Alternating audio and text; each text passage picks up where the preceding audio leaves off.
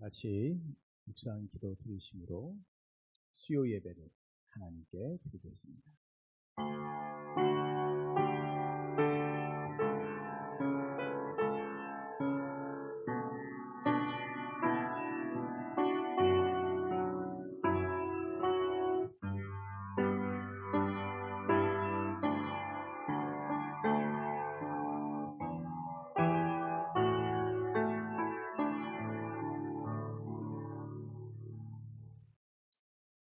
하나님은 영이시니 예배하는 자가 영과 진리로 예배할지니라. 아멘. 하나님 아버지, 오늘도 우리가 같이 모여 수요 예배를 하나님께 드립니다. 말씀을 같이 나눌 때 주의 성령께서 우리에게 깨달음의 은혜를 주시고 또 그 말씀 붙잡고 순종하며 나아가는 우리 모두가 되게 하여 주시옵소서. 예수님의 이름으로 기도드리옵나이다. 아멘. 찬송가 432장 보시겠습니다.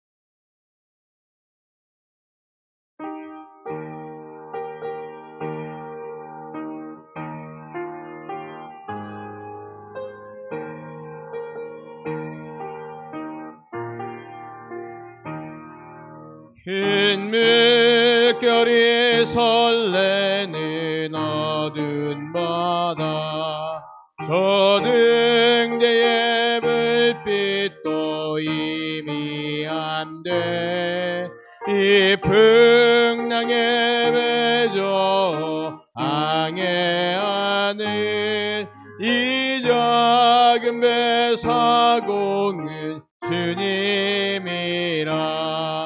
나 두려움 없네, 두려움 없도다. 주 예수님 늦게여 계시도다.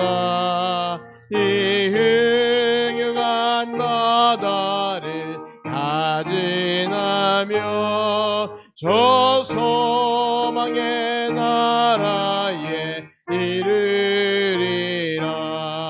흰 풍랑이 배를 위협하며 더 깊은 물이 벌려 달려드나 이 바다에 노져 항해하는 이 작은 배 사공은 주님이라.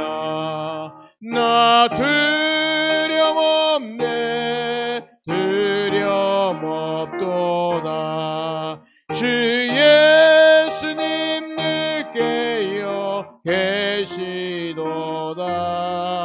이 흉흉한 바다를 다 지나며 저 소망의 나라에 이르리라. 큰 소리로 물결을 명하시며 이 바다는 고요히 잠자리.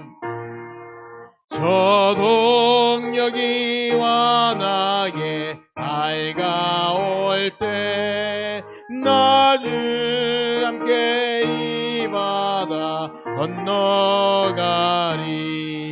나 두려움 없네, 두려움 없도다. 주 예수님 늦게여 계시도다. 이 흉흉한 바다를 다 지나며 저 소망의 나라에 이르리라. 439장 십자가로 가까이 나를 이끄소서.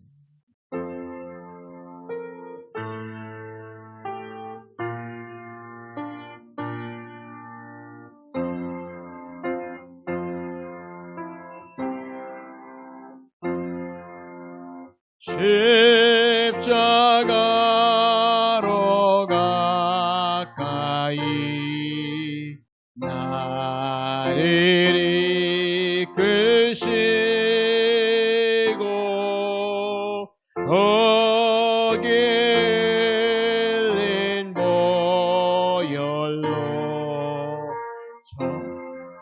가게 하옵소서.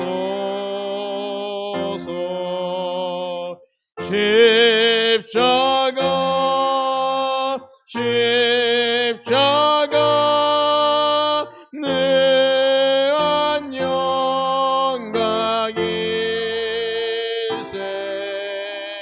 요단강을 건너는 영원한 시건대 십자가에 가까이 내가 떨고 섰네. 거기 있는 새벽별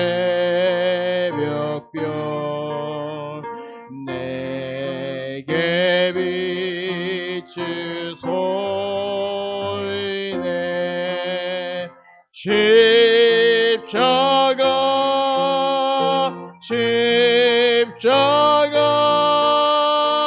내안 영광일세. 요단강을 건너는 영원한 시건대 십자가로 가까이 가게 하시옵고 넘쳐받은 고생도 알게 하옵소서. 십자가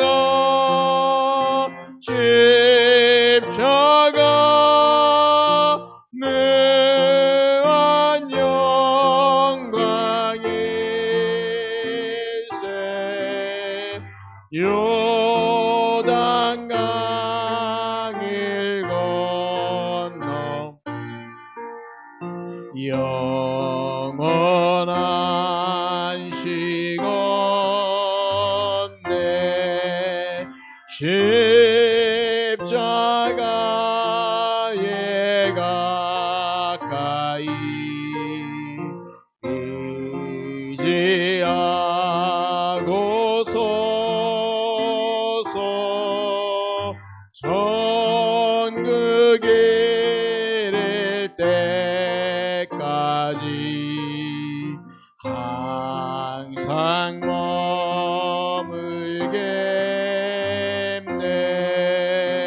십자가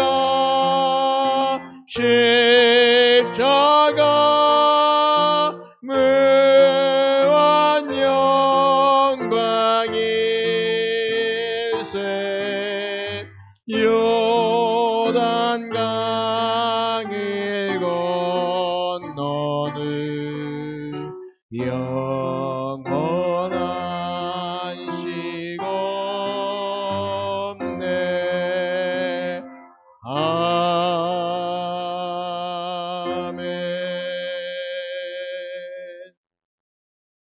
시간 우리 합심하여 기도하는 시간 갖겠습니다. 오늘 드려질 예배를 위해서 같이 기도하시고, 특별히 코로나19 상황기 가운데서 우리가 정말 하나님 앞에 서기를 사모하고 또 예배를 사모하고 또 우리가 같이 섬기는 몸된 은혜교회 안에서 아름다운 믿음의 공동체가 끊임없이 이어져 나갈 수 있도록 같이 이 시간 우리 기도해 주시고, 특별히 백신 접종이 원활하게 잘 진행되고 있습니다. 더 잘 진행되고 정말 어려운 나라, 가난한 나라들 가운데 이 백신도 속히 많이 들어가서 거기도 이 백신 접종이 이루어질 수 있도록 위해서 우리 같이 한번 기도하는 시간 갖습니다. 같이 기도하겠습니다. 하나님 아버지, 은혜를 감사합니다. 오늘 우리가 주의 말씀 가운데 같이 나와서 말씀을 같이 나누고 기도합니다. 주의 말씀을 우리가 듣습니다. 우리의 마음과 귀를 열어주셔서 우리 하나님 앞에 우리가 나아가고자 하오니 주의 성령께서 은혜를 주시고 인도하시고 힘을 주셔서 정말 주님 기쁘시게 드리는 거룩하고 복된 삶 그 자리에 우리가 나아갈 수 있도록 도와주시기를 기도하고 간구합니다. 이 시간 주의 성령께서 우리 가운데 은혜를 내려 주시옵소서. 주의 말씀을 들으며 그 말씀 가운데 바르게 서게 하여 주시옵소서. 주님이 기뻐하시는 온전한 믿음의 자리에 나아갈 수 있도록 우리 성령님께서 크시는 종 내려 주시옵소서. 오늘도 우리가 주님 앞에 나아가길 소망하고 기도합니다. 주님 우리를 도와주셔서 더욱더 예배하며 주의 말씀 듣고 하나님 기뻐하시는 믿음의 삶의 자리에 바르게 설 수 있도록 도와주시고 코로나19 상황들 가운데서 우리 은혜교회 성도님들 교회를 사랑하고 또 같이 섬기며 아름답게 세워나갈 수 있는 귀한 은혜 내려주시기를 기도합니다. 하나님 코로나19로 인한 어려움들이 전 세계에 너무나 많습니다. 하나님 백신 접종이 속히 다 잘 이루어져 갈 수 있도록 가난하고 어려운 나라에도 이 일들이 이루어져 갈 수 있도록 주님 크신 은혜 내려주시옵소서. 예수님의 이름으로 기도합니다. 아버지 하나님 오늘 우리에게 예배할 수 있는 시간과 장소를 주시니 감사합니다. 주의 말씀 듣기를 사모하여 모였습니다. 귀를 열어주시고 하나님 말씀 잘 듣게 하시며 특별히 코로나19 상황들 가운데서 우리 성도님들 한 사람 한 사람 또 우리 은혜교회 공동체가 더 든든하고 아름답게 잘 세워지고 정말 하나님의 영광을 위한 그런 믿음의 복된 일을 감당해 나갈 수 있게 부족함이 없도록 크신 은혜 내려 주시옵소서. 하나님 아버지 오늘도 같이 예배할 때 주님 함께 하시고 크시는 종 우리 모두에게 부어주실 것들을 믿사오며 살아계신 예수님의 이름으로 기도드리옵나이다. 아멘.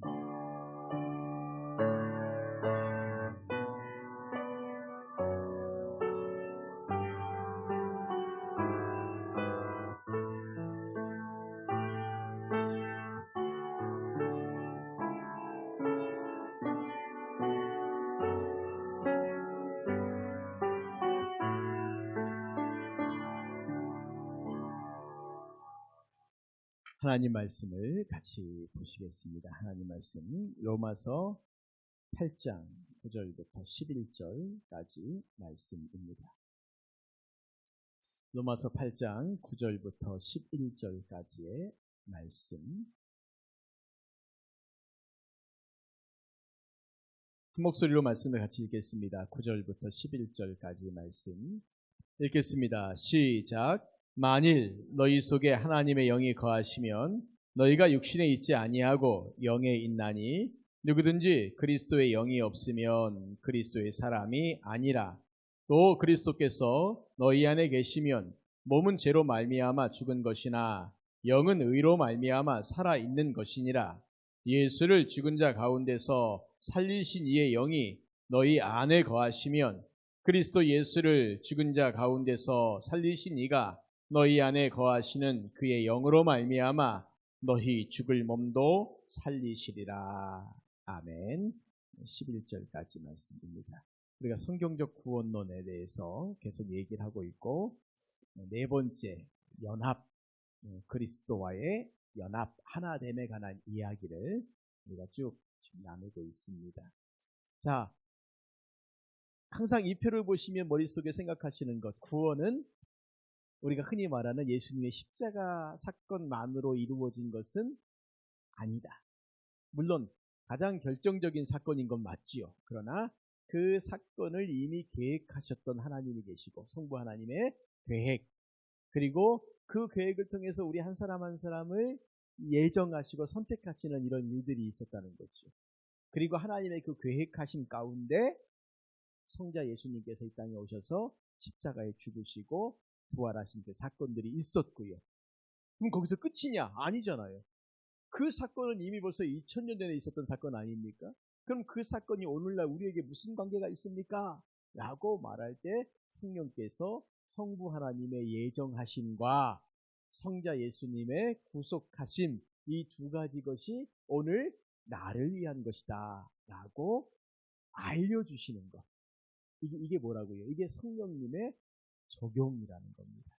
이것이 굉장히 아주 복잡하고 길게끔 쭉 나열되어져서 우리가 지금까지 4개의 중요한 단어를 이야기하고 있는 겁니다. 자, 첫 번째가 무슨 단어일까요? 부르심이란 단어였습니다. 그렇죠? 예정하신 것들, 성부 하나님이 예정하신 그것을 우리에게, 야, 너 하나님이 너 선택하신 자야 라고 알게 하시는 거예요. 그래서 이 부르심에는 외적 부르심이 있고 내적 부르심이 있다라고. 외적 부르심은 우리가 다니면서 그냥 이게 듣게 되고 아니면 보게 되고 뭐 이런 것들이죠. 우연하게 친구 따라 교회 한번 가서 말씀 듣고 아니면 누가 전도지 줘서 받고, 근데 그전에는 다 버렸는데 갑자기 읽어보고, 이게 외적인 부르심인 거죠. 그런데 이 외적 부르심은 유효한 부르심은 아니란 거예요. 정말 유효한 부르심은 그 외적 부르심이 있었을 때 성령께서 같이 역사하셔서 우리가 하나님이 나 같은 자도 부르셨구나라고 하는 것. 그런데 사실은 이것은 우리가 언제 깨닫냐면 나중에 깨달아요. 나를 부르신 게 맞구나. 그래서 바울도 간증할 때 보십시오.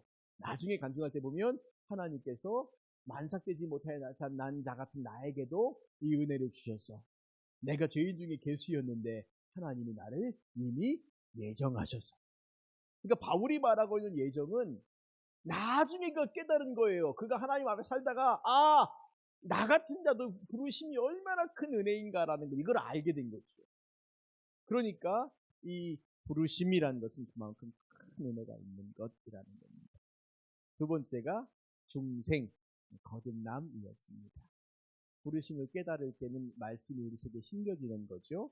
그렇죠? 그래서 이 중생이라는 것은 내가 수정되었다라고, 마치 씨가 심겨진 것 같은 이런 것이라고 말씀을 드렸습니다. 그러니까 사실은 이 중생이라는 것은 우리가 잘 모를 수 있습니다. 예수님께서 니고데모에게 사람이 거듭나지 않으면 하나님 나라에 들어갈 수 없다라고 말씀하지 않습니까? 거듭남이란 게 뭘까요? 그러니까 니고데모가 이해를 못했지만 그것은 뭐냐면 다시 태어나는 거예요. 무엇으로 다시 태어나는 걸까요? 하나님의 자녀로 다시 태어나는 겁니다. 거듭남이라는 거죠. 그러니까 하나님의 자녀여야만이 하나님 나라에 들어가는 거예요. 하나님 자녀가 아니면 하나님 자녀 나라에 들어갈 수가 없어요. 그 말이 맞는 겁니다. 거듭나지 않으면 하나님 나라에 들어갈 수 없다는 것은 우리가 하나님의 자녀가 되어야만이 하나님 나라에 들어가는 거지, 하나님 자녀가 아닌데 어떻게 우리가 하나님 나라에 들어가겠습니까? 하다못해 우리 집에도 우리 집에 번호를 띡띡띡띡 누르고 들어오는 사람이 내 아들이나 내 자식은 가능하잖아요. 그런데 전혀 낯선 사람이 띡띡띡띡 누르고 들어온다면 그 사람은 강도입니다. 그렇지요? 그렇죠? 그리고 깜짝 놀랄 거예요. 그리고 경찰에 신고할 겁니다. 누가 우리 집 문을 열고 들어왔다고. 그런데 우리 자녀가 문을 열고 들어왔는데 놀랄 사람은 없어요. 왜 그렇습니까? 들어올 자격이 있는 거예요. 우리 자녀니까. 그렇죠? 하나님의 나라에 누가 들어갈 자격이 있다고요? 하나님의 자녀가요. 근데 어떤 사람이 하나님의 자녀가 되는 겁니까? 중생한 사람. 하나님의 자녀로 이제 우리가 새롭게 태어난 사람이죠. 그 사람이 하나님 나라에 들어가는 겁니다. 그러니까 예수님께서 하신 그 말씀들이 어려운 말씀이다 아니다? 아니에요. 우리에게 자격을 말씀해 주시는 거예요. 네가 하나님의 자녀가 되어야만이 하나님 나라에 들어가는 거야. 이거 말씀해 주고 있는 거예요. 근데 이게 우리가 마치 중생이란 게 무슨 특별한 어떤 이게 아니라, 물론 특별한 건 맞죠. 어떤 체험과 경험이 아니에요. 중생은요. 우리가 하나님의 자녀로 되어지는 것이죠. 근데 우리가 특별한 경험과 체험을 말할 때가 바로 뭡니까? 그 다음에 회심이라는 거죠. 돌이킴의 사건들. 보통 간증할 때 이때 많이 한다고 말씀드렸잖아요. 내가 그동안 얼마나 엉망으로 살았는데 눈물 콧물 흘리고 회개하고 돌이켰어요. 하나님 자녀가 되었구나라고 하는 건데, 이미 그 간증을 할 때는 이 사람은 부르심과 중생이 있는 사람인데, 그러니까 태어나는 거죠. 그래서 회심이란 것은 태어나는 사건입니다. 드디어. 그리고 그때부터 뭐가 필요할까요? 하나님의 자녀로 자라가는 거예요. 자라가는 겁니다. 그러니까 이 회심이라는 사건 자체도 사실은 이제 막 출발, 이렇게 보시면 돼요. 이제 막 출발하는 것. 그러니까 그 다음부터 우리 신앙생활은 그때 한번 회심하고 끝나는 게 아니라 어찌됐거나 계속해서 주님과 동행하고 살아가는 거지요. 근데 그렇게 주님과 동행하며 살아가는 사람이 누리는 기쁨이 뭐냐면, 내가 혼자 이 길을 걸어가는 것이 아니라 하나님께서, 성령께서 나와 함께 가시는구나. 이게 뭐예요? 이게 연합이라는 겁니다. 내가 주님과 함께. 그래서 지난주에 제가 말씀드렸습니까? 이 연합이라는 의미는 성경에서 여러 가지 단어를 많이 쓴다. 내가 그리스도 안에. 그렇죠? 그리스도가 내 안에. 혹은 이 두 가지를 동시에.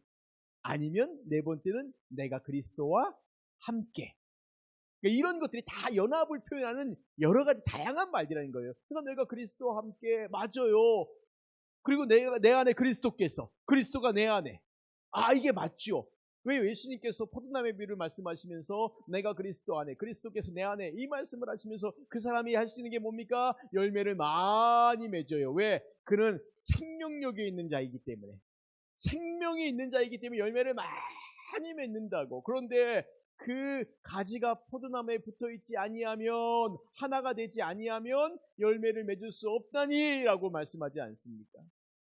그러니까 오늘 우리가 믿음 생활 해나가는 것은 지금 그리스도와 하나 되어져서 가는 거예요. 그런데 가다 보니까 이 연합이란 것이 자꾸만 우리가 믿음으로 이제 동행해야 되는데 어떨 때는 이게 깨질 때가 있어요. 무엇 때문에 깨질까요? 나의 죄악과 교만과 악함들 때문에 이 연합이 자꾸만 깨지는 거죠. 그래서 열매를 많이 맺어야 되는데 열매를 못 맺고 살아갈 때는 오늘 내가 그리스도께서 내 안에 계시지만, 성령님이 내 안에 계시지만, 내가 주님 안에 있지만, 그러나 우리의 마음의 중심에 누가 있는 거예요? 중심에 내가 있고 성령님은 그 중심으로부터 조금 이렇게 밀려난.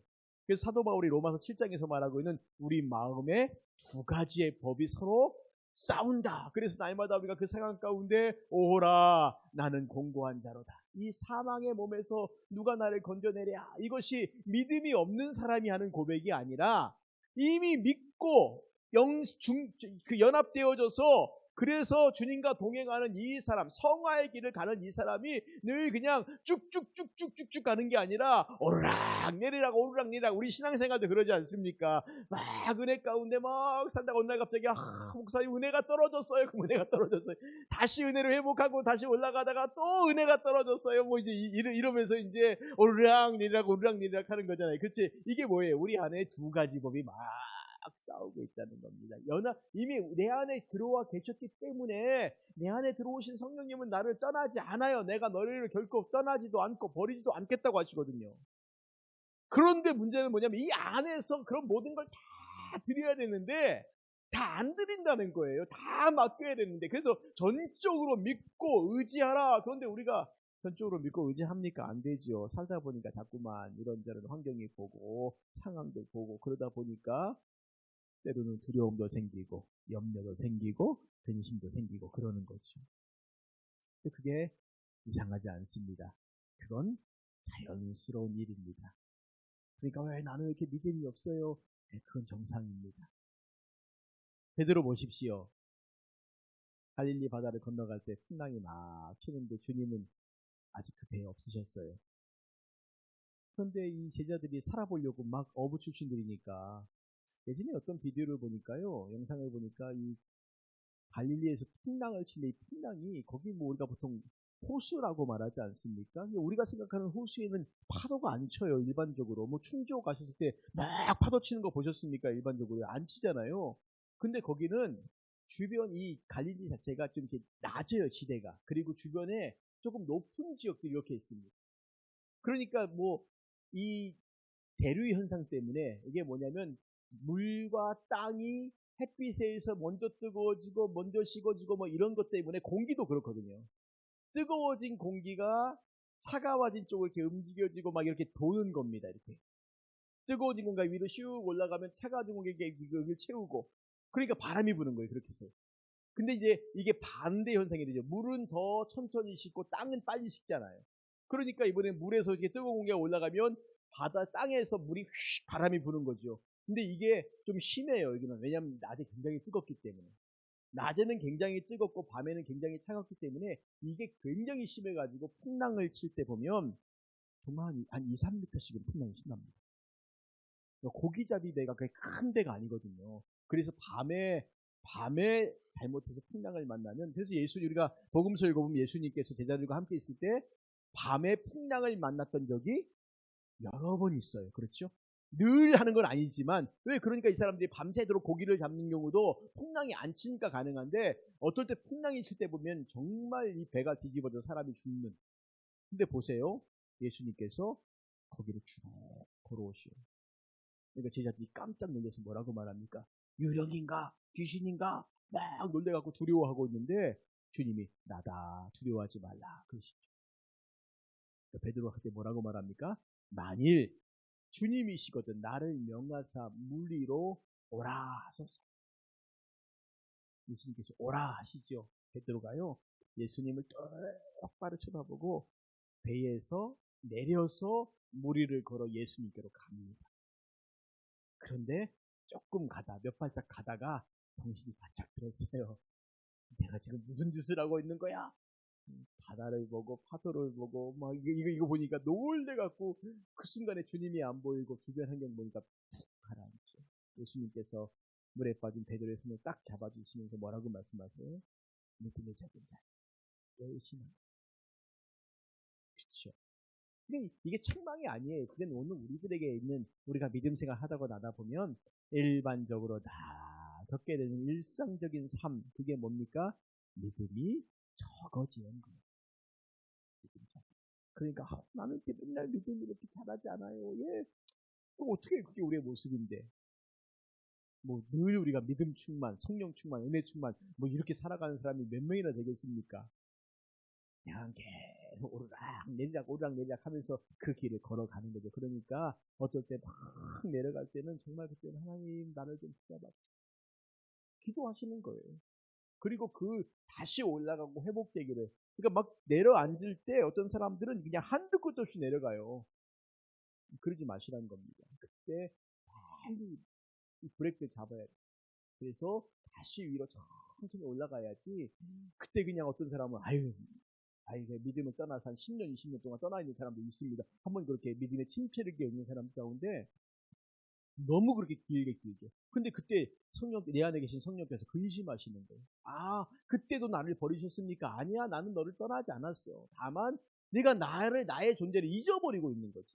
인정하지 않고 있는 거지. 그리고 한 10년, 20년 동안 그냥 혼자 침체기를 겪다가 나중에 또 우연한 어떤 기회를 통해서 눈물 고물 흘리고 다시 돌아오는데 그때 회심은 처음의 회심과는 다른 회심이라는 거죠. 회개하고 돌아오고 회개하고 돌아오고. 그래서 우리가 일반적으로 회심이라고 말하면 크게 그렇게 두 가지, 주님을 처음 만났을 때 회심, 그리고 일상생활 가운데 범죄하고 낭망하고 실족하에 넘어졌을 때 다시 주님의 은혜 가운데 일어서서 다시 방향을 새롭게 잡을 때의 회심. 이 두 가지 회심이에요. 그래서 우리가 보통 간증할 때 이 두 가지 간증을 많이 하지 않습니까? 왜 우리에게 이런 회심의 역사가 또 있습니까? 중간중간에요. 성령께서 우리와 함께 계시기 때문에. 우리와 연합하시기 때문에. 그러니까 이게 어떤 특별한 신비한 일이 아니라는 겁니다. 그런데 문제는 뭐냐면 이 연합, 하나됨 이렇게 말하면 사람들이 머릿속으로 자꾸만 이상한 생각을 하는 거예요. 이게 성령께서 내 안에 들어오신다고? 뭐 예수님이 내 안에 들어오신다고? 내가 예수님과 하나 된다고? 도대체 이게 뭐지? 이러면서 이게 뭔가 이걸 좀 묘한 신비주의적인 것으로, 이상한 것으로 만들 때가 있다라는 겁니다. 그러니까 우리가 신앙생활 하면서 혹은 요즘 뭐 그런 말씀 들어보시면 영성에 대한 영성 훈련 이런 걸 하면서 사람들이 뭔가 이걸 자꾸만 이상한, 그러니까 이교도적인 이방 종교에 사는 그런 이상한 훈련법을 가지고 와가지고 그렇게 훈련을 하고 내가 주님과 마치 이렇게 하나 되어지는 것들이 뭔가 굉장히 신비한 체험인 것처럼 그렇게 훈련시키고 얘기하는 사람들이 많다는 겁니다.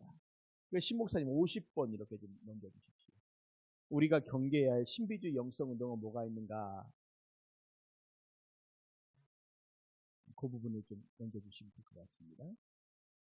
자, 연합이란 것은 언제 주님이 우리에게 하나 됐는데 언제 주님이 내 안에 들어오실까? 생각해 보세요. 주님이 언제 내 안에 들어오시죠? 언제 내 안에 들어오십니까? 우리가 믿을 때. 그렇죠? 예, 우리가 주님을 나의 주님으로 고백할 때. 내가 주님을 믿습니다. 물론 우리가 어떤 이런 것이 일종의 영적 기도나 어떤 그런 형식적인 그런 것이겠지만 중요한 것은 내가 주님을 믿을 때 주님이 내 안에 오셔요. 물론 지난주에 말씀인 것처럼 성령께서, 그리스도의 영이신 성령께서 내 안에 계시는 거죠. 근데 이것을 마치 굉장히 이상하고 특별한 것으로, 그래서 사실 우리가 이게 뭐 짧게 얘기해서 될 부분인가 싶긴 하지만 지금 우리가 있는 이 시대 가운데 이런 것들이 이 신비주의 영성 운동, 그리스도와 하나됨에 대한 이 부분을 가지고 사람들을 미혹하는 것들이 굉장히 많아요.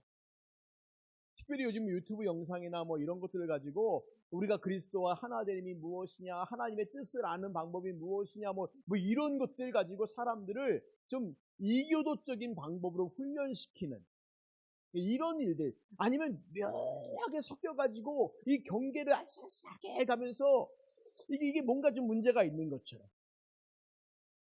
그러니까 우리가 구약 성경을 보면, 특별히 구약 성경 가운데 엘리야의 이야기를 보면 엘리야가 모리아산에서 이 바알과 아세라 선지자 850명과 기도 대결을 하지 않습니까? 근데 이 바알과 아세라 선지자 850명이 했던 그들의 모습을 보세요. 그들이 신과 하나 되기 위한 여러 가지의 방법들을 많이 써요. 그렇죠? 막 춤을 추고 노래를 부르고 자기 몸을 해하고 이러면서, 그러니까 엘리야가 이렇게 보고 있다가, 야, 니네 신이 어디 잠들었나 보다. 좀 깨워보지. 더 크게 해봐라. 아, 너희 멀리 외출 나간 거 아니야? 더 크게 불러봐. 마치 이런 것들이죠. 근데 이러한 이교도적인, 이방 종교적인 이런 훈련 방법들이 지금 이 기독교 영성이라고 하는 이름으로 의외로 많이 쓰여요.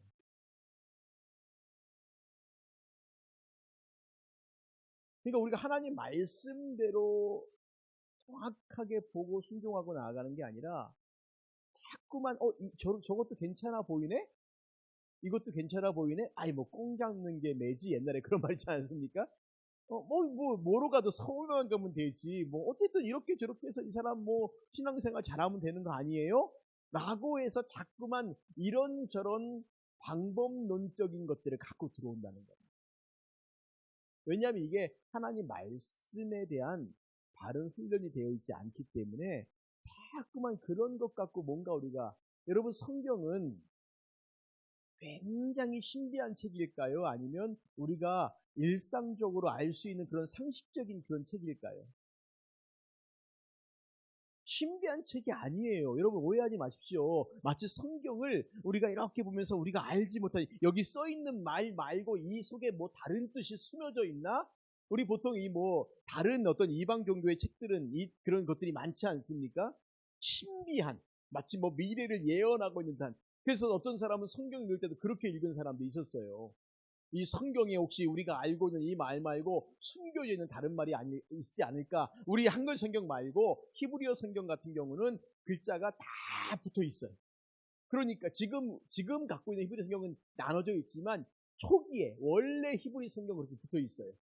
그러니까 사람들이 이 성경 갖고 뭐 예를 들면 몇 번째 줄 몇 번째 글자, 몇 번째 글 몇 번째 글자, 이런 거 결합하면 혹시 뭔가 다른 말들이 나오는 게 아닌가 해서 그렇게 성경을 해석했던 옛날에 그 영화 다빈치 코드라고 하는 그 영화가 있었는데, 그게 그런 거였어요. 막 성경에서 뭔가 이게 숨겨져 있는. 근데 캐톨릭이 그런 짓을 잘해요. 마치 어떤 그 밀교처럼, 신비한 종교처럼 뭔가 숨겨놓고 뭐 어디 가면 뭔가 비밀이 있고 뭔가 비밀이 있고 뭔가 비밀이 있고, 그래서 자꾸 무슨 성경에서 하나님 말씀하고 있는 것 말고 다른 비밀을 자꾸만 찾아 나가는. 근데 오늘 우리도 그거 하고 있을 때가 많다는 거예요. 이거 이런 말 들어보셨을 겁니다. 명상. 요즘 기독교 교회에서 명상이라는 얘기를 하는 사람들이 많아요. 관상기도, 뇌호흡, 심지어 요가, 수많은 이방 종교적 요소들이 많습니다. 오늘 우리 요가하는 사람들 굉장히 많아요. 기독교인들 가운데요.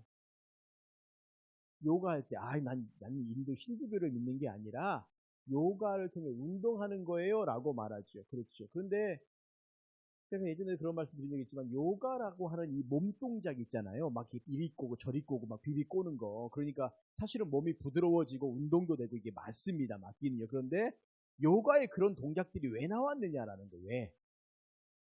요가의 그 동작들이 왜 몸을 그렇게 이상하게 비비 꼬고, 요가하는 사람도 뭐 막 그게 다리가 목 뒤로 넘어가고 막 그러잖아요. 그러니까 뭐 몸이 굉장히 부드럽고 뭐 운동도 되고 그 다음에 안 쓰던 근육을 쓰니까 좋고, 그런데 요가라고 하는 그 동작들을 왜 했느냐, 왜 만들었냐?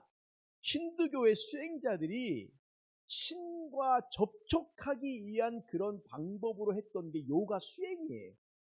마치 우리 불교에 가면 뭐 이렇게 1000배하고 3000배하고 절하는 거 있잖아요. 그 다음에 가만히 뭐 무건수행 뭐 이런 거 하고, 이런 것들이 그 사람들이 왜 하냐면 도를 깨닫게 하기 위한 거거든요. 근데 이런 것들이 난 그거 안 믿어요. 그리고 만약에 우리가 여기서 그럼 3000배 하는데 나는 그냥 이거 운동 삼아 하는 거예요 라고 3000배를 계속 하고, 뭐 아니면 오체투지라는 거.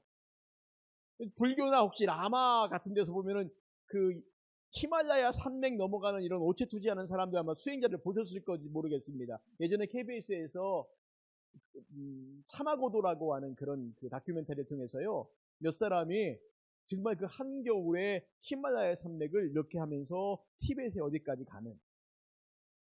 근데 이 사람들 정말 이렇게 절에 이렇게 쫙 하고 그렇게 갑니다. 몸이 물론 많이 망가지겠지만, 이런 것들이 우리에게 이게 뭐 운동 아니에요? 그 다음에 우리가 가만히 이렇게 입 다물고 명상하고 있으면 머리도 맑아지고 좋아지는 거 아니에요? 예, 물론 그럴 수 있습니다. 근데 문제는 이것들의 근원들이 과연 어디에서 오느냐? 어디에서? 내호흡 같은 경우도 이거를 여기저기 많이 붙어 있습니다. 머리가 좋아지고 뭐 공부 방법, 이거 늘 우리나라 사람들이 혹하는 것 중에 하나가 뭐냐면 이런 것들 갖고, 첫 번째 건강, 그럼 혹해요. 그렇죠? 건강 그러면 일단 혹해요. 몸이 삐뚤삐뚤했고 뭐 별로 안 좋았는데 내가 요가하니까 몸이 되게 좋아졌다고. 그럼 사람들이 요가를 해요. 왜? 건강을 위해서. 두 번째, 아이들 공부하는 데 도움이 된다. 그럼 해요. 우리 아이들 명상하고 내호흡해서 애가 차분해지고 집중력도 좋아지고 그러더라. 그럼 이거 해요. 이게 뭔지도 모르고 해요, 그냥. 그러니까 우리나라 사람들이 정말 조심해야 될 게 뭐냐면, 우리나라 사람들이 갖고 있는 가장 큰 우상 중에 두 가지. 첫 번째가 건강의 우상이에요.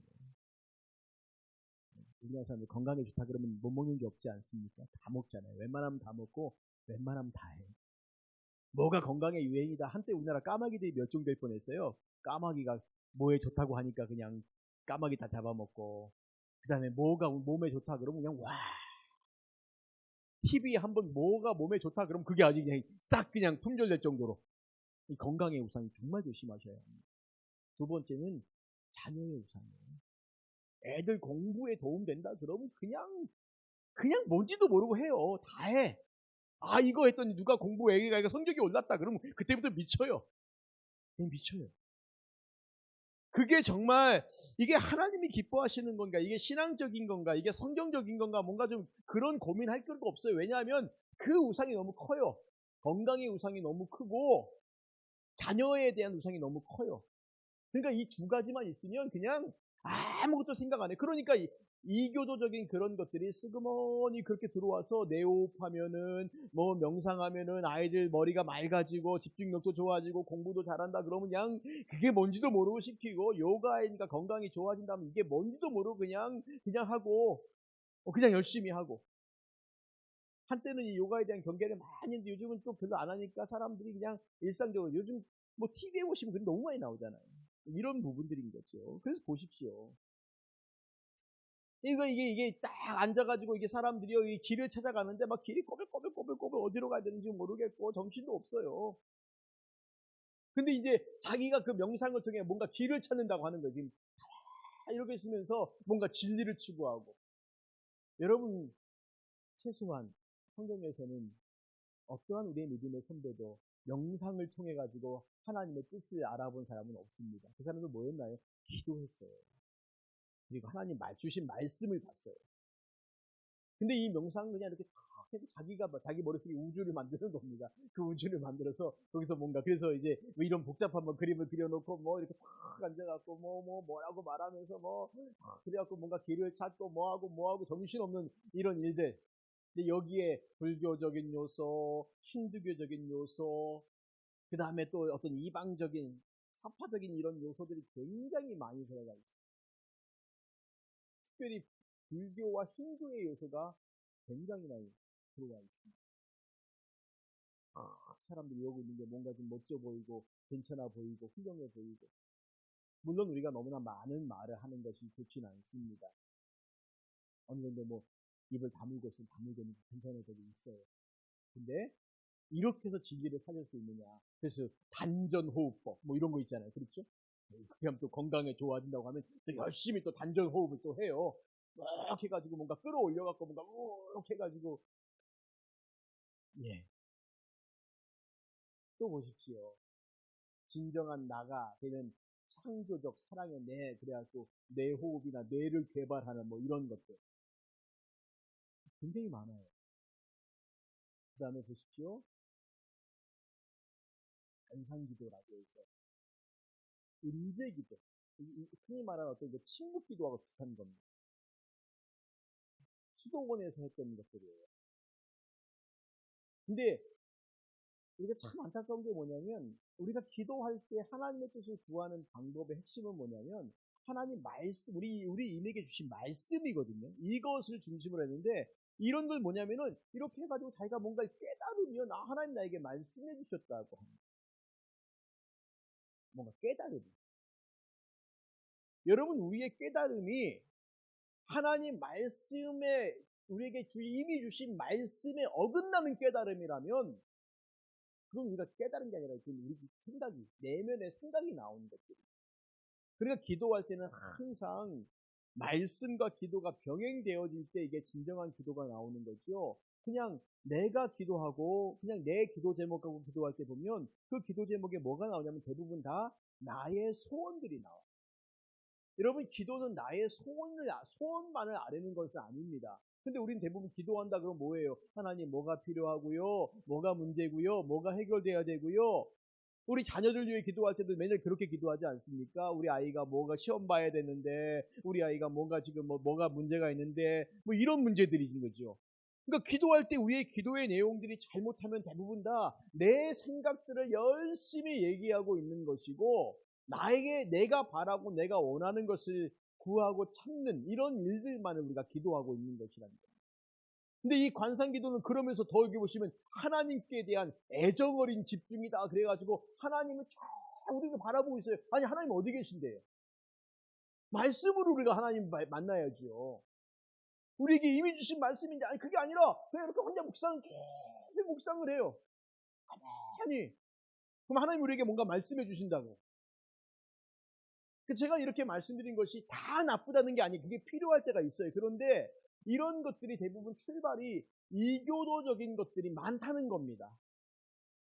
이방 종교에서 왔던 것들이 굉장히 많아서 이런 것들을 우리도 모르는 사이에 자꾸만 이렇게 받아들여요. 왜? 이게 괜찮아 보이거든요. 아까 말씀드린 것처럼 이렇게 하니까 건강에도 괜찮고 정신도 맑아지고 공부도 잘 되는 것 같고 이런 것들 때문에 이것을 자꾸만 우리가 수용을 해요. 위험합니다. 특별히 큰 교회, 우리나라에서 이런 것들, 흔히 말하는 이런 것들을 가장 많이 받아들인 교회가 온누리교회입니다. 서울에 있는. 그 온누리교회에서 출판사가 있잖아요. 두란노 출판사. 여기에서 나오는 굉장히 많은 책들 가운데 정말 아슬아슬한 경계선을 타고 있는 그런 책들도 꽤 많아. 이런 기도나 아니면 이런 것들에 대해서. 그러니까 우리가 명상, 묵상, 관상, 이런 부분들에 대해서 우리가 성경에서 묵상이라는 말이 예전에 우리 개역성경에 나왔지 않습니까? 요즘 어떻게 번역되어 있죠? 묵상이란 말이요. 조그만한 소리로 읊조립니다 라고 하는 말도 번역을 했어요. 그러니까 우리가 이 묵상이란 말이 이게 뭐야 명상과 비슷한가 하니까 번역할 때 이번에 개역개정 번역할 때요. 조그마한 소리로 읊조린다고. 이 뭐냐면 하나님 말씀을 우리가 유대인들은 하나님 말씀을 이렇게 암송하고 외우잖아요. 그러니까 이 말씀을 우리가 입으로 자꾸만 이렇게 암송하고 외우는 겁니다. 이게 무슨 연불 외우거나 주문 외우는 게 아니라 하나님 말씀을 자꾸만 외우면서 하나님 말씀의 의미가 이런 것이다라는 것들을 우리가 아는 것. 이게 묵상이지. 묵상이란 것이 그냥 가만히 있어서 뭔가 여러분 죄송합니다. 가만히 있어 보세요. 머리에 온갖 잡념들, 잡생각들 얼마나 많이 왔다 갔다 하는지 몰라요. 근데 그걸 멈추는 게 뭐냐면 하나님 말씀을 암송합니다. 그래서 가능한 말씀을 암송하는 게 참 좋고 그렇지 않으면 말씀을 읽으십시오. 조용하게 펴놓고 읽으면서 꼭 기도라는 게 말씀 덮고 무릎 꿇고 그게 아니라 말씀을 읽으면서 그 말씀 가운데 아멘 하면서 내가 그렇게 살겠다고 고백하는 것 이런 것들이 우리가 묵상이고 기도라고 할 수 있는 거예요. 그러니까 어떤 이게 연세대학교 연합신학대학원에 보면 이런 모임이 있었다는데, 영성 모임, 그래서 이제 치유와 명상의 세계, 그리스도교의 침묵기도, 뭐 이런 것들이 막 이렇게 해서 누군가가 나오나 봤더니 이게 누가 나오냐면, 이 사람이 누구냐면 대한성공의 주도입니다. 이 사람도 대한성공의 사제고요. 캐토릭이 묘하게 섞여 있어요. 명상의 세계, 좀 더 효율적이고 보다 행복한 삶을 위한 기술을 얻고자 하시는 분, 심과 마음의 평화, 잠재력 개발, 깨달음을 통한 관조의 삶을 살기 원하는 그런 분 대상, 명상에 대한 이해, 필요성, 효과를 중심으로 이론과 실습을 병행하여 진행합니다. 뭔가 기독교적인 요소는 아닌 것 같지 않습니까? 그렇죠? 그러니까 이런데 힌두적인 요소가 굉장히 많아요. 이 명상 이런 쪽에 힌두적인 요소가 굉장히 많아요. 힌두교적인 요소가. 그러니까 우리도 모르게 이런 것들을 그게 좋아 보이니까 받아들이는 게 많다는 겁니다. 침묵기도라는 게 왜 나왔냐면, 우리가 통성기도를 많이 하잖아요. 그러니까 이 통성기도는 뭐라고 말하지 시끄러워 죽겠는데, 그러니까 입 다물고 기도하자. 그리고 침묵기도 하는 게 맞아요. 예, 우리가 너무 입을 열고 시끄럽게 기도하는 것도 사실은 때로는 자제할 필요가 있습니다. 그러다 보면 마치 모리아산에 있는 바알과 아세라 선지자들 기도하는 것처럼 우리가 그렇게 기도할 때가 있거든요. 막 뭐라고 떠들고 열심히 기도했고 땀은 쫙 나는데 속은 후련한 것 같은데 내가 뭔 기도했지? 뭐 이럴 때가 있잖아요. 그러니까 사실은 통성으로 우리가 막 크게 기도하는 것도 문제가 있어요. 내가 무슨 기도를 지금 하고 있는가를 좀 알아야 되는데 못하고 있는 거죠. 그것에 반작용으로 나온 게 침묵 기도예요. 야, 그러지 마라. 좀 조용히 기도해라. 하나님이 떠든다고 들으시냐? 그러니까 엘리야가 조용히 말했던 것처럼 침묵하고 기도하자, 뭐 이제 이런 건데, 묵상 기도, 뭐 복음 간증 이런 것들 있는 거죠. 또 한 가지, 하나님의 음성 듣기, 뭐 이런 것도 마찬가지. 하나님의 음성을 듣기 수없이 많은 책들. 하나님의 음성을 어떻게 들을 수 있을까? 자, 하나님의 음성을 어떻게 들을 수 있을까? 하나님, 내가 이렇게 하나님의 음성을 들을 줄이면 하나님 내 마음속에 아무개야 동쪽으로 가라, 아무개야 서쪽으로 가야지, 이렇게 말씀해 주실까요? 아닙니다. 아니면 내가 정말 중요한 몇 가지 선택을 놓고 기도할 때 하나님 어떻게 해야 됩니까? 라고 열심히 기도할 때 하나님께서 갑자기 내 속에 이거라고 내 마음속에 딱 그걸 알게 해주실까요? 자, 우리 자녀가 시험을 봐야 합니다. 근데 이 아이가 성적이 가물가물한데 연세대를 가야 할까요? 아니면은 경기대를 가야 할까요? 아니면은 저기 더 밑에 천안에 있는 천안대학교를 가야 할까요? 라고 본소를 놓고 기도하는데 내 마음속에 하나님이 갑자기 연세대를 넣으라고, 연세대를 가라고, 거기 가면 괜찮을 거라고. 그건 기도하지 않아도 모든 사람이 다 알아요. 그치요? 그치요? 이거 꼭 기도해야지 연세대 가도 좋은 거 압니까? 아니잖아요. 근데 그렇게 기도할 땐 하나님이 나에게 연세대를 가라고 하는데 마침 거기가 또 미달이어서 됐다고 뭐 이렇게 말하면 그건 하나님의 음성이 아니라 내 마음에는 욕심입니다. 왜냐하면 연세대 가서 좋은 건 지나가는 애를 물어보면 다 알아요. 고등학생들한테 야, 너 연세대 갈래, 경기대 갈래, 천안대 갈래, 그럼 어디 가겠다고 합니까? 연세대 간다 그러지요. 그러니까 우리가 하나님의 음성을 듣는 이런 방법도 어떻게 하면 들을 수 있을까요? 어떻게 하면 들을 수 있을까요? 하나님 말씀을 정말 깊게 읽으시고 그 말씀에 대해서 내가 고민하세요. 하나님 정말 이 말씀대로 내가 살아야 합니까? 라고 하는. 그렇다 그럼 예 하고 그렇게 살아가는 거예요. 하나님의 음성은 우리에게 동쪽으로 가라, 서쪽으로 가라, 남쪽으로 가라, 북쪽으로 가라 이렇게 말씀하지 않으신다는 겁니다. 근데 우리가 이 명상이나 묵상이나 이런 것들을 통해서 속아요. 사람들이 내가 정말 깊이 하나님 앞에 이렇게 묵상하고 있는데 하나님이 나에게 연세대 이렇게 말씀해 주시더라. 그럼 그게 하나님의 음성일까? 아니잖아. 그러니까 그리스도께서 우리 안에 계시어서 성령께서 우리에게 해주시는 일이 뭘까요? 자, 보세요, 여러분.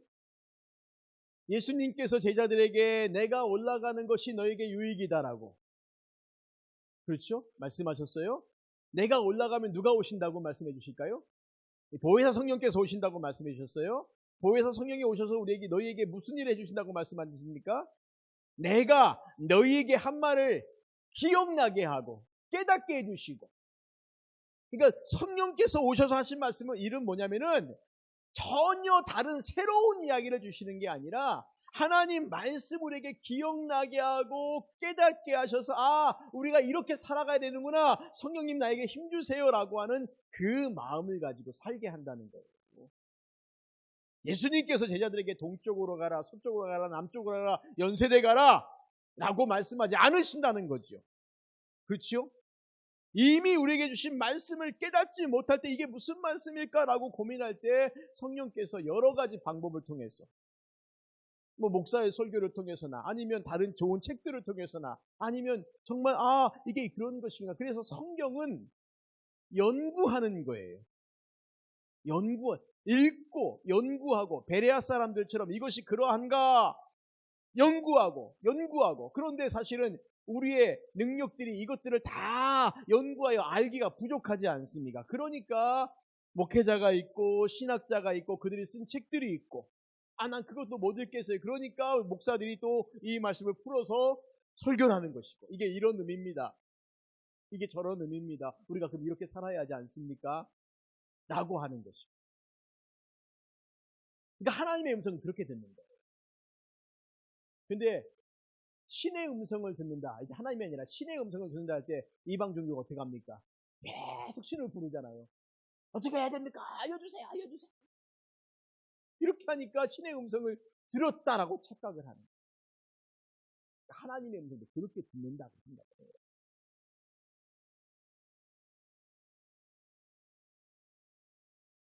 이런 일들에 대해서 한번 이런 말을 보십시오.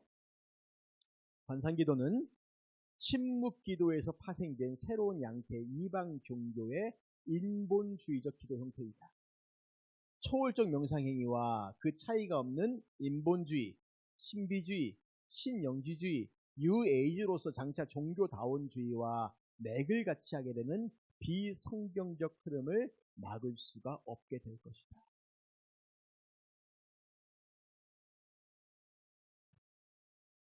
교회가 너무 폐쇄적일 필요는 없습니다. 그러나 그렇다고 해서 다른 종교와 손을 잡고 우리는 하나다라고 말해서도 안 됩니다. 생각해 보십시오. 가끔 스님들하고 신부님들하고 만나서 즐겁게 놀아요. 그리고 자기들끼리 뭔가 통하는 게 있다라고 합니다. 더 나아가면 이 사람들이 기독교나 불교나, 종교다원론이라는 게 그겁니다. 기독교나 불교나 어쨌든 추구하는 목적은 같지 않냐? 그게 뭐예요? 인류평화. 이 말이 얼마나 어이없는가 생각해 보셔야 돼요. 여러분, 예수님이 이 땅에 오신 게 인류평화를 위해 오셨습니까? 구원을 위해 오셨습니다. 근데 인류평화란 말이 굉장히 멋져 보이지 않습니까? 종교는 인류의 평화를 위해서. 그렇듯해요. 근데 예수님께서 이 땅에 인류의 평화를 위해 오셨나요? 그렇습니까? 물론 그 평화도 임하는 거죠. 언제 임할까요? 완전한 구원이 이루어졌을 때 임하는 겁니다.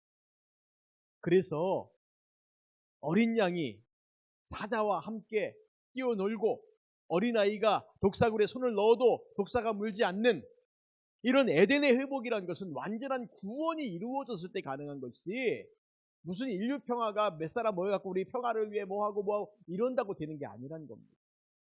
진정한 평화가 임하기 위해서는 우리 모두 각자가 다 하나님 말씀대로 살겠다라고 결단하고 그렇게 삶을 살아가면, 제일 쉬운 평화가 뭔지 아십니까? 어떻게 평화가 오냐면 자기 욕심 내려놓기 시작하면 나와요. 어린아이들이 10명 모였는데 얘네들이 간식이, 애들은 10명인데 간식이 9개밖에 없어요. 자, 여기에는 전쟁이 임할 겁니다. 왜요? 애들은 다 먹고 싶어 하거든요. 근데 하나가 모자라잖아요. 심지어 남아도 싸울 거예요. 10명인데 15개가 있어도 싸울 거예요. 왜? 누구는 2개 먹고 누구 1개 먹으니까. 그렇죠? 싸울 겁니다. 우리나라가 왜 집값 갖고 이렇게 문제가 되느냐? 사람들의 욕심이요, 최소한 집을 2채 이상은 가져야지 마음이 좀 놓인답니다.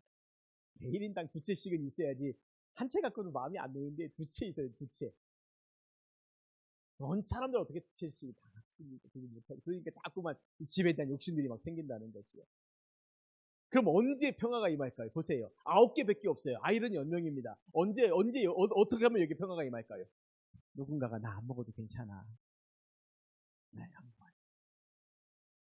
그러면 그 양보를 받고 나머지 9명이 신난다 그렇게 먹을 수도 있겠지만 뭐 그래도 그 한 사람이 마음이 편안하면 좋은 거거든요. 근데 또 그분이 나도 안 먹어도 괜찮아. 양보. 포기하고 내려놓고. 그럼 안 싸울 거 아닙니까? 그렇죠? 그러니까 진정한 평화는 종교가 연합할 때 평화가 오는 게 아니라 그리스도인들이나 뭐 거기도 마찬가지일 거예요. 상식적인 건 똑같아요. 어떤 절에 가봤더니 덕구경 이렇게 막 써는 게 있는데 읽어보세요. 이거 성경 말씀하고 비슷하다. 왜냐하면 상식적인 것은 비슷해요. 욕심내지 마라. 싸우지 말아라. 불교라고 해서 싸워라, 뺏어라, 죽여라 그러겠습니까? 아니잖아요. 그렇죠? 우리가 일반적으로 생각하는 상식적인 것들은 다 똑같아요. 양보하고 포기하고 내려놓고 섬기고 나눠주고 어떤 종교라도 그것 갖고 싸우고 뺏고 죽이고 훔치고 이런 거 가르치는 데가 없어요. 그러니까 사람들이 기본적으로 자기의 상식대로만 살면 돼요. 그래, 욕심 안 부리면 평화가 임하지. 집값을 뚝 떨어뜨리는 방법은요, 모든 사람들이 그래, 내가 지금 사는 것에 만족하고 나 집 더 이상 안 살 거야. 떨어져요. 제가 예전에 그런 얘기 했습니다. 강남에 있는 어떤 큰 교회 목사님이 어떤 교회는 잊어버렸는데 교인들한테 그랬대요. 여러분, 대한민국 지금 집값 문제죠. 집값 떨어지는 방법이 있어요. 여러분들이 집 한 채씩만 갖는 겁니다. 강남에 있는 큰 교회니까 이 사람들이 어떠한 부의 상태인지 아시겠죠. 여러분들이 집 한 채씩만 갖는 겁니다. 그리고 여러분들이 전세를 혹시 줬다면 전세값을 확 내리십시오. 임대 줘서 임대값 내리세요. 그럼 우리나라 부동산값 안정됩니다. 교인들이 아무도 아멘 하지 않더래요. 자기 손해 보니까. 그 목사님 또 말씀하셨대. 여러분, 우리나라 사교육 문제죠? 문제죠. 방법이 있습니다. 여러분 자녀들 사교육 안 시키는 거예요. 아무도 아멘 하지 않더랍니다.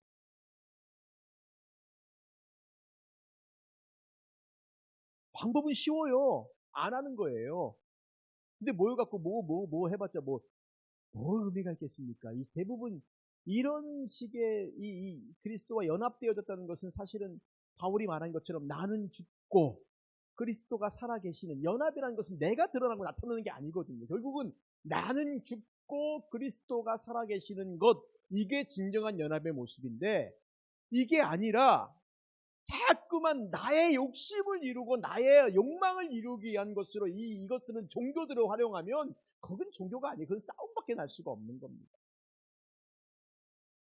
왜 우리가 이슬람 극단주의자들을 뭐라고 욕합니까? 이 사람들이 자기들의 목적을 이루기 위해서 누구를 죽이잖아요.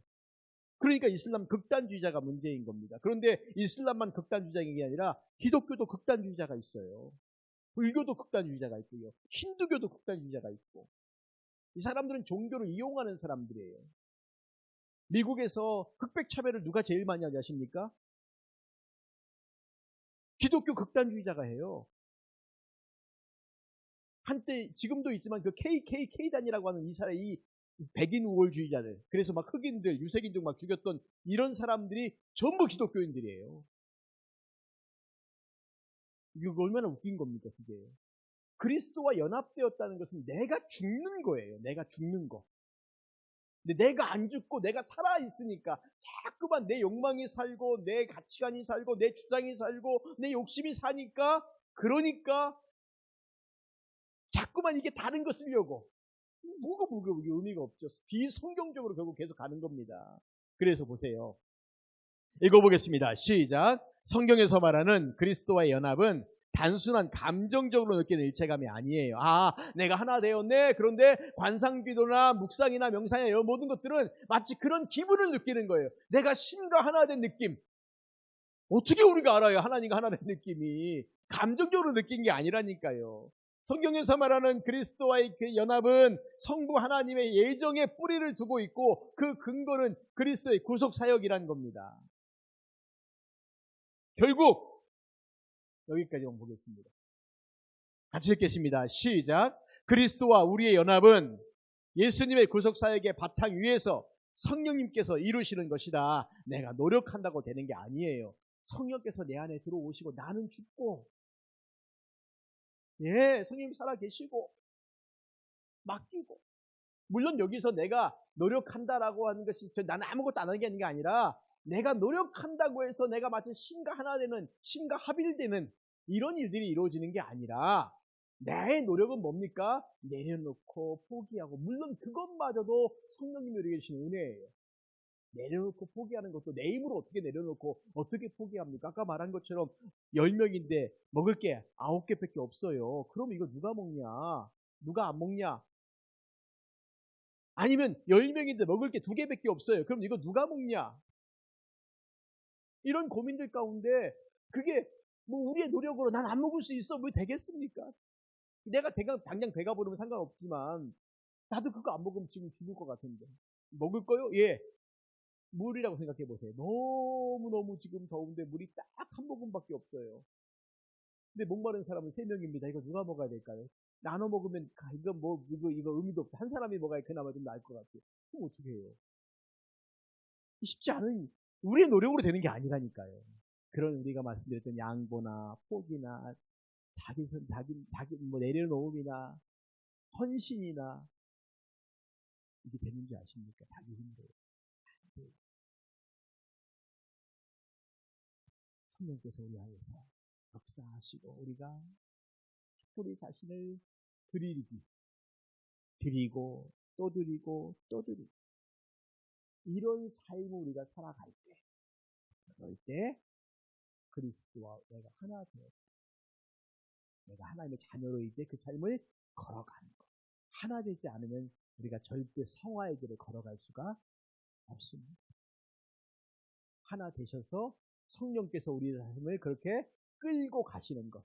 그때 우리는 맡기는 것입니다. 이제 말씀을 정리하겠습니다. 다음 얘기는 다음 주에 또 할 텐데요. 그리스도의 연합은 우리가 내 힘으로 하는 게 아닙니다. 이미 우리 안에 들어오셨고 우리는 하는 것 한 가지는 끊임없이 나를 주님께 드리는 것, 맡기는 것. 마치 내가 돌을 많이 닦아갖고 도인이 돼가지고 나는 그거 없어도 괜찮아. 뭐 이게 아니라. 그러나 중요한 건 우리의 삶에서 그렇게 뭐 이런 표현이 그렇지만 정말 도인되는 삶도 필요합니다. 욕심도 내려놓고. 저는 예전에 들었던 말 가운데 가장 마음이 아픈 말이 그거였어요. 이상하다. 어떤 분이 그래요.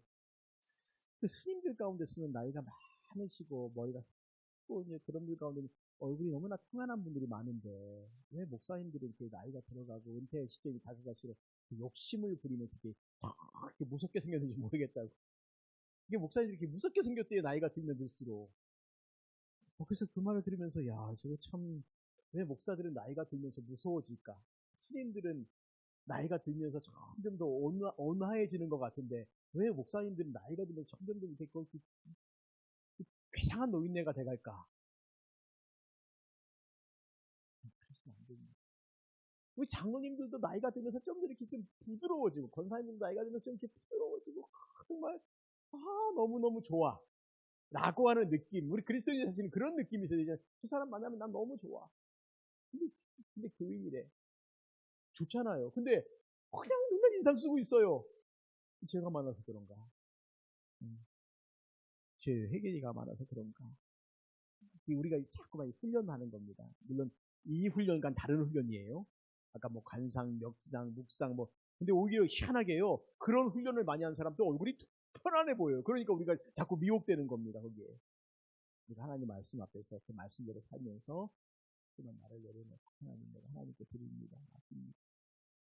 이것이 우리가 하나님 앞에서 하나님의 자녀로 천국 백성으로 천국을 소유한 자로서 살아가는 삶의 아름다움이 아닐까 생각이 되어집니다. 기도하겠습니다. 아버지 하나님, 은혜를 감사합니다. 오늘 우리가 믿음으로 산다는 것이 하나님 앞에서 어떤 삶인가, 하나님과 하나됨, 그리스도와 하나됨, 이것의 의미가 무엇인가, 우리가 다시 한번 깊이 알게 하시고 깨닫게 하셔서 주님과 동행하는 그 동행의 기쁨, 동행의 즐거움, 행복함, 우리가 그것들을 누리며 살아갈 수 있는 우리 모두가 다 되게 하여 주시옵소서. 오늘 예배를 마치고 돌아가는 발걸음 지켜주시고 한 주간도 주님 은혜 가운데 승리하는 우리 모두가 다 되게 해 주실 것들을 믿사오며 살아계신 예수님의 이름으로 기도드리옵나이다. 아멘. 지금은 우리 주 예수 그리스도의 은혜와 하나님 아버지의 무한하신 사랑과 성령님의 위로 교통 충만 역사하심, 예배하며 돌아가는 우리 모든 성도님들 머리 위에 지금부터 영원토록 함께 하시기를 간절히 축원하옵나이다. 아멘.